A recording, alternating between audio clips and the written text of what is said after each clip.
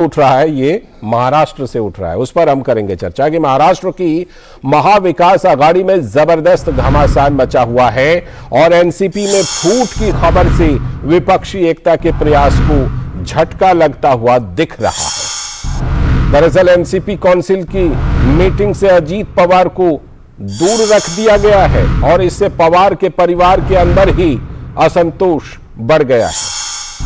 NCP नेता शरद पवार और उनके भतीजे अजीत पवार के बीच तनाव की खबरें लगातार सुर्खियों में हैं।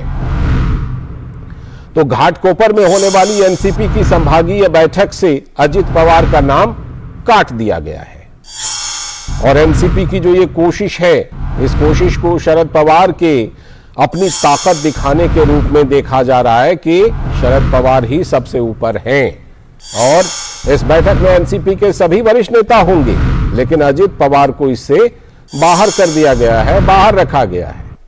हाल ही में अजीत पवार की बीजेपी से नजदीकियों की खबरों ने काफी सुर्खियां बटोरी थीं और कई तरह की चर्चाएं चली थीं और शरद पवार की बेटी ने सुप्रिया सुले ने कहा था कि महाराष्ट्र से लेकर दिल्ली तक बड़ा राजनीतिक बदलाव आने वाला है। तो क्या है इन सब चीजों के मायने, क्या कुछ चल रहा है महाविकास आघाड़ी में? शिशिर शेलार हमारे संवाददाता मुंबई से हमारे साथ जुड़ रहे हैं। शिशिर, जिस तरह के अजीत पवार को बाहर रख दिया गया इस मीटिंग से, इससे क्या कुछ वहां के राजनीतिक हलकों में चर्चा हो रही है और क्या एनसीपी ने आधिकारिक तौर पर कुछ कारण बताया है कि सभी नेता शामिल हो रहे हैं? छगन भुजबल जैसे नेता और भी तमाम नेता शामिल हो रहे हैं जो कि पहले बाहर थे और अब अजीत पवार को बाहर रखा गया। कोई कारण बता रही है एनसीपी इस बारे में? बिल्कुल, देखिए लालचंद जी, इस वक्त अगर महाराष्ट्र की राजनीति की बात करें और सूत्रों के हवाले से बात करें तो इस वक्त पर्दे के पीछे काफी हलचल दिखाई दे रही है यहाँ पर, खासतौर पर एनसीपी के खेमे में। हालांकि हमने कुछ दिन पहले देखा कि जिस प्रकार से बैठकों का दौर जारी था, जिसमें उद्धव ठाकरे जो है एनसीपी चीफ शरद पवार से भी मिले। हालांकि इस मीटिंग में अजीत पवार नहीं थे, वहां पर सुप्रिया सुले वहां पर गई थी और साथ ही साथ जो शिवसेना के सांसद है संजय राउत वो भी वहां मौजूद थे। हालांकि अजीत पवार क्यों नहीं गए, इसके पीछे एक बड़ा अगर देखा जाए तो बड़ा सवाल था, लेकिन अब तक हालांकि इस बारे में कोई स्पष्टीकरण नहीं आया। दूसरी महत्वपूर्ण बात, कुछ ही दिनों पहले ये अगर देखा जाए महाराष्ट्र में ये बात चल रही थी कि एनसीपी में अगर देखा जाए तो दो खेमे हो रहे हैं और अजीत पवार जो है कुछ विधायकों के साथ बीजेपी के साथ हाथ मिला सकते हैं। ये सूत्रों की खबर थी, अखबारों में भी ये खबर जो है प्रकाशित हुई थी। हालांकि उसके बाद अजीत पवार ने स्पष्ट कर दिया था कि वो इस वक्त एनसीपी में और एनसीपी में ही रहेंगे। लेकिन खबरें क्यों उठी, इस पर अगर देखा जाए तो अभी तक कोई स्पष्टीकरण नहीं मिल पाया। लेकिन एक घटनाक्रम अगर देखें पिछले कुछ दिनों का तो हम समझ पाएंगे और रीड बिटवीन द लाइन कर पाएंगे कि इसके पीछे कारण क्या क्या है। जैसे मैंने एक कारण आपको दिया कि कुछ बैठकों से अजीत पवार नदारद रहे। दूसरी महत्वपूर्ण बात इसमें यह भी है कि जिस प्रकार से रुख रहा है अलग अलग मुद्दों पर एनसीपी का, वो भी बड़ी बात है। ऐसे में ये अगर बात करें तो राजकीय पंडित है वो कह रहे हैं कि इस वक्त महाराष्ट्र की राजनीति में कुछ भी हो सकता है और अगला निशाना कहीं ना कहीं अजीत पवार भी हो सकते हैं।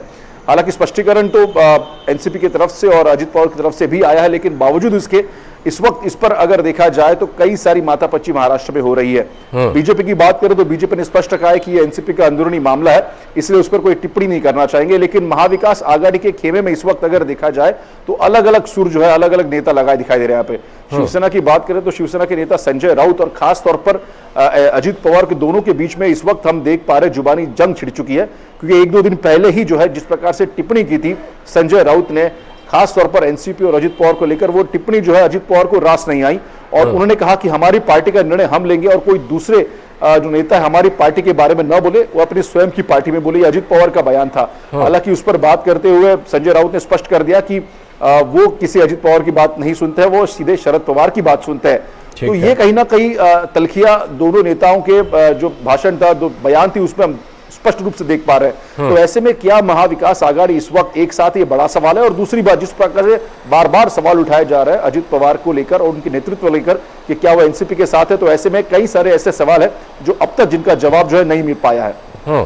बिल्कुल, ये जवाब, बहुत सारे सवालों के जवाब नहीं मिल पा रहे हैं और एक सवाल ये भी उठा है कि जब एनसीपी में इस तरह की जबरदस्त फूट है तो जो विपक्षी एकता की कोशिश है, जिसमें कि शरद पवार एक बड़े सूत्रधार के रूप में देखे जाते हैं, वो अपने ही घर में जब फूट के शिकार हैं, तो विपक्षी एकता की कोशिशों पर भी सवाल है। बहुत बहुत शुक्रिया शेषर जुड़ने के लिए और इस खबर पर चर्चा करने के लिए। और अब एक और बड़ी खबर कि जो कुछ कल घटना घटी थी जम्मू कश्मीर के पुंछ में, उस घटना के पीछे क्या साजिश है।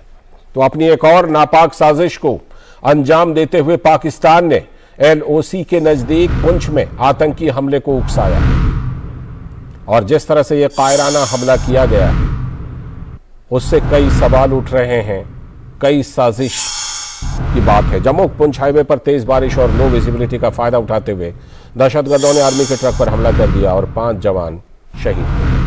हमले को लेकर आक्रोशित पुंछ के लोगों ने जमकर प्रदर्शन किया है और पाकिस्तान को इस तरह के नापाक इरादों से बाज आने को कहा है। साल 2003 से ही दोनों देशों के बीच LOC पर सीज फायर है, लेकिन पाकिस्तान के एक भी आतंकी बच नहीं पाए। पाकिस्तान खुद तहरीक-ए-तालिबान के आतंक से और